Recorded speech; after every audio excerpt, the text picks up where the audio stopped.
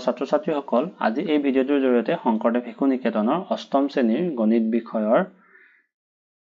HC অনুশীলনীটো আলোচনা কৰিবলৈ ওলাইছো। HC অনুশীলনীটো আমি এই ভিডিঅ'টোত কুৱেশ্যন নম্বৰ 9 ৰ পৰাহে আৰম্ভ কৰিম, কাৰণ ইয়াৰ আগৰ ভিডিঅ'টোত 1 ৰ পৰা কুৱেশ্যন নম্বৰ 8 লৈ আলোচনা কৰা হৈ গৈছে। তোমালোকে যদি সেই ভিডিঅ'টো চোৱা নাই, মই ডেসক্ৰিপচনত লিংক দি দিম, তোমালোকে তাৰ পৰা চাব পাৰিবা। আহচোন আমি কুৱেশ্যন নম্বৰ 9 টোলৈ আহো। এই কুৱেশ্যনটো এনে ধৰণৰ আছিল যে এজন মানুহে বেংকত 1,87,560 টকা থৈ 8 মাহৰ পিছত সৰল সুদ 6,252 টকা পালে। বছৰি সুতৰ হাৰ নিৰ্ণয় কৰা, মানে আমাৰ ইয়াত R ওলাব দিছে। তো এটা মানুহজনে 1,87,560 रुपीस বেংকত থৈছিল 8 মাহৰ বাবে, যাৰ বিনিময়ত তেওঁ সৰল সুদ পাইছে 6,252 रुपीस। এতিয়া সুতৰ হাৰ কিমান পাৰ্চেন্ট তেওঁক ইন্টাৰেষ্ট দিয়া হৈছিল ওলাব লাগে। এতিয়া আমি কুৱেশ্যনটোলৈ আহো। দিয়া আছে আমাৰ P, মূলধন আছিল এইখিনি আৰু সময় আছিল 8 মাহ। আমি গম পাওঁ যে 8 মাহত দিয়া আছে, গতিকে আমি বছৰলৈ কনভাৰ্ট কৰিব লাগিব। বছৰলৈ কনভাৰ্ট কৰিলে আমি কি কৰো, 8/12 ৰে ডিভাইড কৰি দিওঁ, কাটাকাটি কৰিলে আমি পালোগে 2/3 বছৰ। আৰু ইয়াত ইন্টাৰেষ্ট পোৱা হৈছে, সেইকাৰণে আমি SI লিখিছো। SI সিম্পল ইন্টাৰেষ্ট পাইছে 6,252 रुपीस আৰু আমাক ওলাব দিছে ৰেট অফ ইন্টাৰেষ্ট মানে R। এতিয়া আমি R ওলোৱা ডাইৰেক্ট এটা ফৰ্মুলা আছিল যে R = 100 into SI divided by P into T। ইয়াত আমি ভ্যালুবোৰ পুট কৰি দিছো। ভ্যালুবোৰ পুট কৰি দিওঁতে ইয়াতে SI জায়গাত আমি 6,252 रुपीस দিছো, P ৰ জায়গাত আমি এটো দিছো মূলধন, আৰু সময় হৈছে এটো 3 এটো কাটোতে আমি 6,252 পাইছো, আৰু আমি বাকিখিনি লিখিছো 10 into ইয়াৰ 0 এটা কেনসেল কৰিছো, 10 into ওপৰত 6,252 আৰু তলত 6,252 into 2। তো আমি কাটাকাটি কৰোতে এটো গুটেটো কাটা গৈছে, আৰু 2 ৰে 10 ক আমি 5 টাইম গল, আমাৰ এনসাৰটো হ'বগে 5। তাৰমানে আমি 5% ইন্টাৰেষ্ট আছিল। 5% ইন্টাৰেষ্ট হোৱাৰ পিছত 1,87,560 रुपीसত পাইছিলে সুদ তেওঁ 6,252 रुपीस, মানে 5% তেওঁক ইন্টাৰেষ্ট দিয়া হৈছিল। এবাৰ আমি আহিছো কুৱেশ্যন নম্বৰ 10 লৈ। কুৱেশ্যন নম্বৰ 10 টো কৈছিল যে শতকৰা বছৰি 5 টকা হাৰ সুতত, মানে এটো হ'বগে R, কিমান বছৰত, মানে আমাক কি ওলাব দিছে T। 9,000 টকা, মানে এটো হ'বগে মূলধন। 9,000 টকা সুতে মূলে 10,575, মানে এটো হ'বগে A। হ'বগে আমাক সুধিছে, আমাক কি ওলাব দিছে ইয়াতে T, সময়টো ওলাব দিছে। যে সবিদ্ধি মূল মানে সুদে মূলে আমাৰ টোটেল টকা হ'বগে 10,575 টকা, মূলধন হ'বগে 9,000 টকা, আৰু ৰেট অফ ইন্টাৰেষ্ট মানে সুতৰ হাৰ 5%, আৰু আমাক কি ওলাব দিছে সময়টো। এতিয়া ইয়াতে আমাৰ ফৰ্মুলাটো আমি অলৰেডি জানো যে SI = PRT/100। ইয়াতে SI জায়গাত আমি কি বহাই দিছো, SI জায়গাত আমি A - P বহাই দিছো। A - P মানে এটা ফৰ্মুলা আছিল, SI = A - P, মানে আমি সুদটো কেনেকৈ ওলাও, সবিদ্ধি মূল মানে A, এৰ পৰা আমি মূলধনটো বিয়োগ কৰিলে আমি সুদটো পাওঁ, সেইটোৱে। SI জায়গাত আমি A - P বহালো, এফালে বাকিখিনি আমাৰ ইয়াতে আছে। এতিয়া আমি ভ্যালুবোৰ পুট কৰিম। সবিদ্ধি মূল আছিল 10,575, মূলধন আছিল 9,000, বাকি P ৰ জায়গাত 9,000 বহাইছো, R ৰ জায়গাত 5, সময় হ'বগে ইয়াত T, তলত 100 টো আছে, ইয়াৰে দুটা 0, ওপৰৰ দুটা 0 সৈতে কেনসেল কৰিলো। এটো যদি আমি মাইনাস কৰোতে আমি পাইছো 1,575 रुपीस। 90 into 5 into T, গোটেইখিনি যদি আমি মাল্টিপ্লাই কৰা নাই, T টো আমি ইফালে ৰাখি দিলো, 90 into 5 টো আমি ইফালে যদি লৈ যাওঁ, মানে বাও হাতে লৈ গলে আমাৰ ডিভাইড হৈ যাব। বাকি আমি কাটাকাটি কৰিলো, কাটাকাটি কৰোতে আমি পালোগে 7/2 বছৰ। এতিয়া 7/2 বছৰক আমি এনেকৈ হৰণ কৰি দিছো, হৰণ কৰি দিওঁতে আমাৰ 3 টো ইয়াত আগত জানাই, আৰু 3 টো আগত লিখিব লাগে, তলতটো ওপৰত 1, তো আমি সমষ্টিত প্ৰকাশ কৰিলো 3 into 3 সমস্ত 2/1 বছৰ। তো 1/2 মানে আমি 6 মাহ বুলি ধৰো, কাৰণ আধা বছৰ আমি 6 মাহ ধৰিম, গতিকে আমি 3 বছৰ আমাৰ হ'বগে 6 মাহ। তো নিৰ্ণয় সময় হ'বগে 3 বছৰ 6 মাহ। এবাৰ আমি আহিছো কুৱেশ্যন নম্বৰ 11 লৈ। কুৱেশ্যন নম্বৰ 11 টো আছিল এনে ধৰণৰ যে বছৰি 9% হাৰ সুতত, মানে এটো হ'বগে আমাৰ R ৰ ভ্যালু 3,600, 3,600 টকা, মানে এটো হ'বগে P। কিমান বছৰ মানে আমাক T ওলাব দিছে, হ'বগে 4,086, মানে এটো হ'বগে এমাউন্ট। আমি গোটেইখিনি পাতি লৈছো, এমাউন্ট হ'ব 4,086, মূলধন হ'বগে 3,600, r হবগৈ 9% আৰু আমাক কি ওলাব দিছে t তো এতিয়া আমি ফৰ্মুলাটো পুট কৰিছো ফৰ্মুলাটো আছিল si = prt/100 si জাগাত আমি আকৌ আগৰবাৰ দৰে a - p পাতিছো বাকিখিনি একে আছে a ৰ জাগাত আমি 4086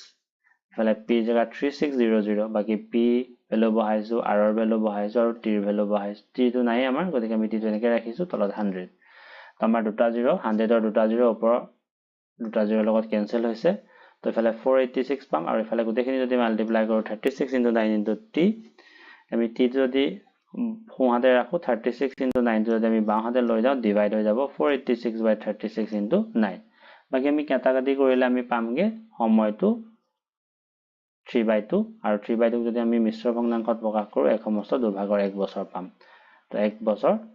1/2 মানে আমাৰ 6 মাহ হ'ব গতিকে এক বছৰ হ'ব 6 মাহ এবাৰ আমি আহিছো কোৱেশ্চন নম্বৰ 12 লৈ কোৱেশ্চন নম্বৰ 12 টো কৈছে বছৰি 12.5% হাৰে দ্যাট মিন্স এটো হ'ব কি r ৰ ভ্যালু 4000 মানে 4000 টকা মানে এটো হ'বগে p এটো আমাৰ p দিয়া আছে আৰু কিমান বছৰ পিছত মানে আমাক কি ওলাব লাগে টাইম সময় ওলাব লাগে 625 টকা সৰল সুদ হ'ব এটো হ'বগৈ si আমি ভ্যালু খিনি আমি পাতি লৈছো দিয়া আছে বুলি লিখি r ৰ ভ্যালু 12.5% p হ'বগে 4000 si হ'বগে 625 তো আমাক ওলাব দিছে t তো এটা আমি ডাইৰেক্ট সময়ৰ ফৰ্মুলাটো পাতিছো সময়ৰ ফৰ্মুলাটো যে t = 100 * si / p * r এটা আমি ভ্যালুবোৰ পুট কৰিছো 100 টো আছে si জাগাত আমি 625 p ভ্যালু 4000 আৰু r ৰ ভ্যালু 12.5 ইয়াৰে দুটা 0 ওপৰ দুটা 0 হৈতে কেনসেল হৈছে ওপৰত 625 আছে তলত 40 * আমি যদি 12.5 ৰ পৰা পইণ্টটো উঠাই দিও 125 হ'বগে 10 এটা এটা 0 ইয়াৰ এটা 0 কেনসেল কৰিলো কৰাৰ পিছত আমি পালোগে তলত 4 * 125 ওপৰত 625 125 ৰে 625 ক ডিভাইড কৰিলে আমি 5 টাইম পাম তো আমাৰ এনসাৰটো হ'বগে 5/4 এটোক আমি যদি মিশ্ৰ ভগ্নাংশত প্ৰকাশ কৰো এক সমস্ত 4/1 এটো হ'বগে আমাৰ সময় আৰু এটো সময়টো যদি আমি এনেকৈ লিখিব পাৰো এক বছৰ ইফালে 1/4 ক যদি আমি 12 ইনটু কৰি দিও এটা আমি 3 টাইম মানে আমি এক বছৰ 3 মাহ লিখিব পাৰো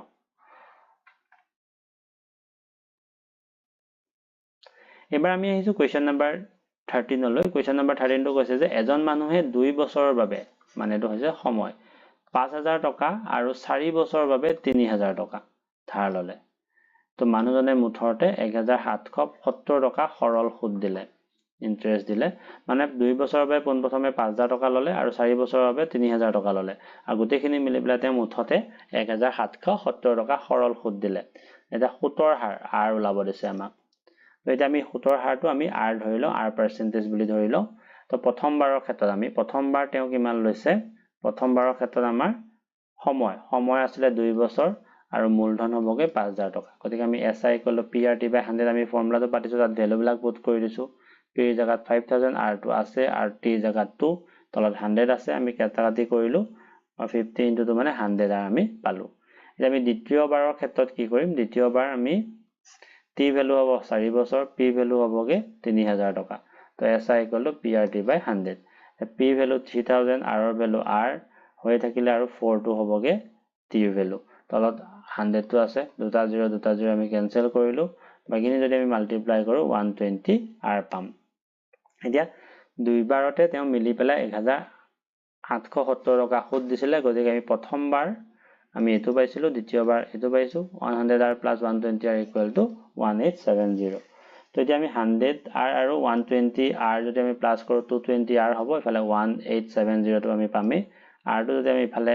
বাওঁহাতে ৰাখো 220 টো যদি ইফালে লৈ যাও সোঁহাতে লৈ যাও তো আমি ডিভাইড হৈ যাবগে তলত আমি ডিভাইড পাইছো কাটাকাটি কৰিলে আমি পালোগে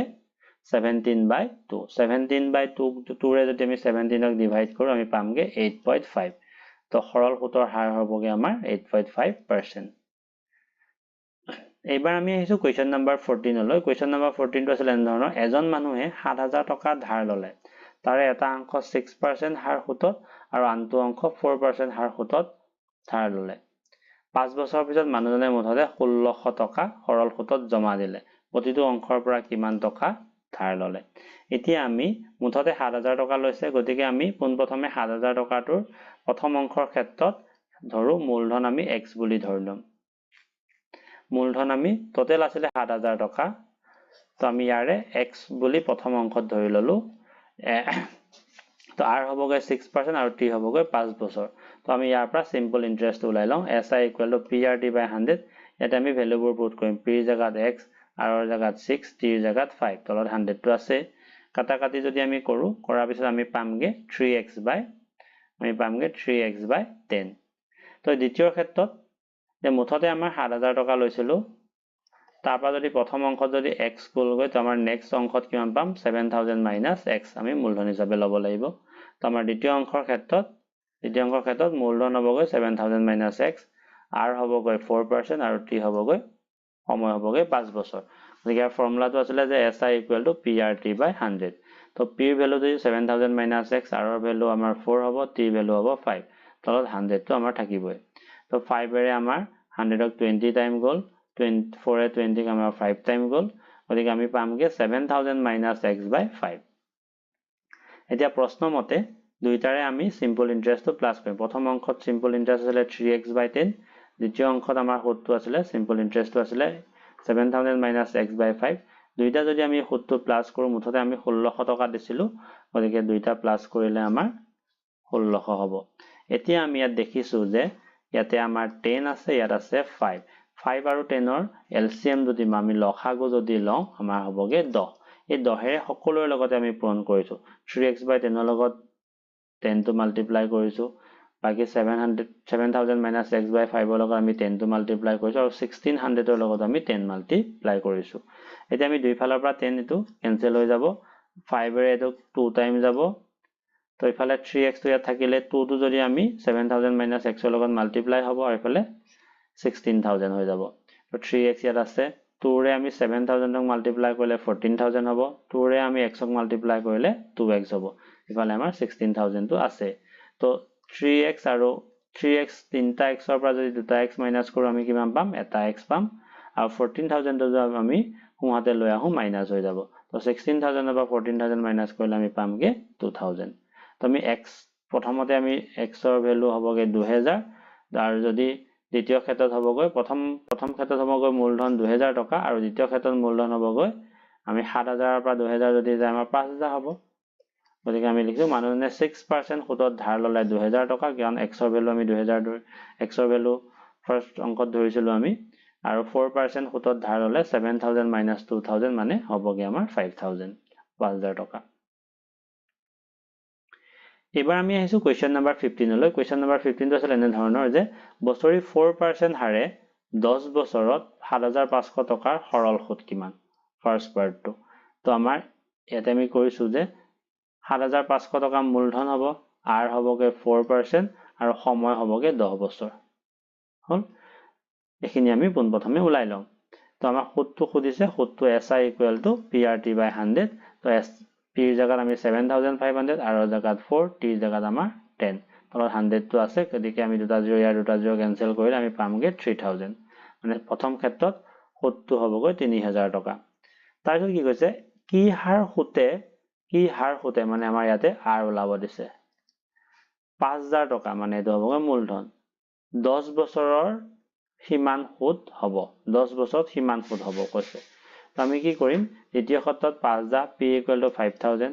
10 বছৰৰ কথা কৈছে t = 10 বছৰ আৰু SI আমি যে আগতে উলিয়াই লৈছো 3000 আমি সিম্পল ইন্টাৰেষ্টটো লিখিম আমাক ওলাব দিছে r% মানে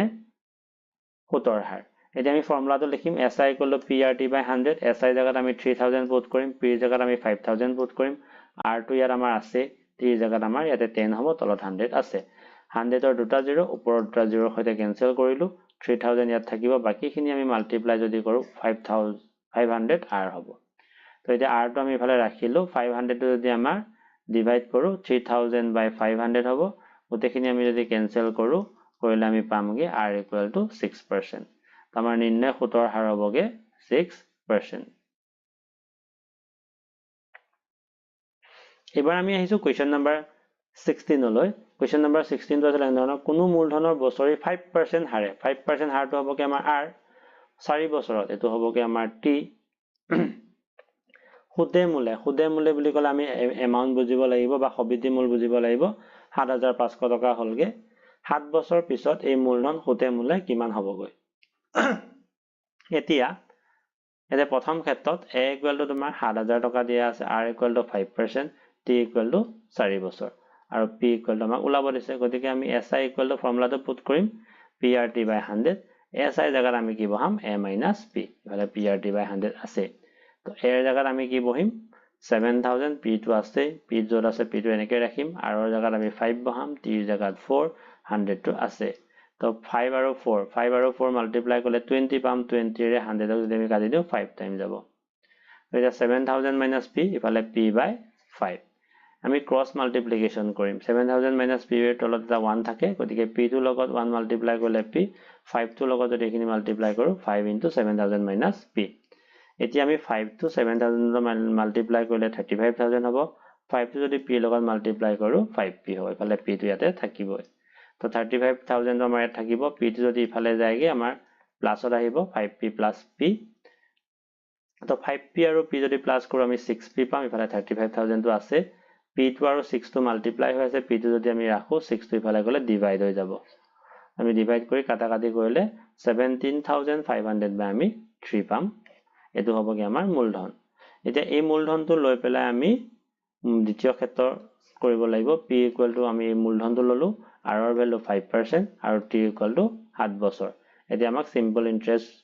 এমাউন্ট ওলাব দিছে সিম্পল ইন্টাৰেষ্টৰ ফৰ্মুলাটো আমি পুট কৰিছো prt by 100 এতে p ভ্যালু 17500 পুট কৰিছো r ৰ ভ্যালু 5 t ৰ ভ্যালু 7 আৰু তলত আমাৰ 100 আছে গতিকে আমি কি কৰিম এডাল হৈছে ডিভাইড তো আমি যদি মাল্টিপ্লাই কৰি দিম ডিভাইড যদি আমি মাল্টিপ্লাই কৰি দিম 100 ৰ তলত এটা 1 থাকে 1 টু ৰেচিপ্ৰকেল 1 by 100 হৈ যাবগে বাকিখিনি আমি ক্যান্সেল কৰিছো এটা দুটা 0 ইয়াৰ দুটা 0 সৈতে ক্যান্সেল কৰিলো আৰু বাকি গোটেইখিনি 1755 into 7 মাল্টিপ্লাই কৰাছে আমি পামগে 6125 divided by 3 এটা এমাউন্ট হৈ যাবগে আমাৰ এমাউন্টৰ ফৰ্মুলাটো সবিধি মূল ওলাব দিছিলে p plus si p ৰ ভ্যালু হৈ যাবগে আমাৰ 17500 by 3 আৰু সুদ হ'বগে 6125 by 3 তো এখিনি আমি 3 ইতলত আমাৰ 3 আছে 3 লখাগুটো ললো আমাৰ 3 হল ওপৰখিনি আমাৰ ইয়াতে প্লাস হৈ যাব প্লাস কৰিলে আমি পামগে 20625 3 এ যদি আমি ডিভাইড কৰি দিও 7875 rupees পাম তো নিৰ্ণয় আমাৰ সবিধি মূল বা সুদে মূলে হ'বগে 7875 rupees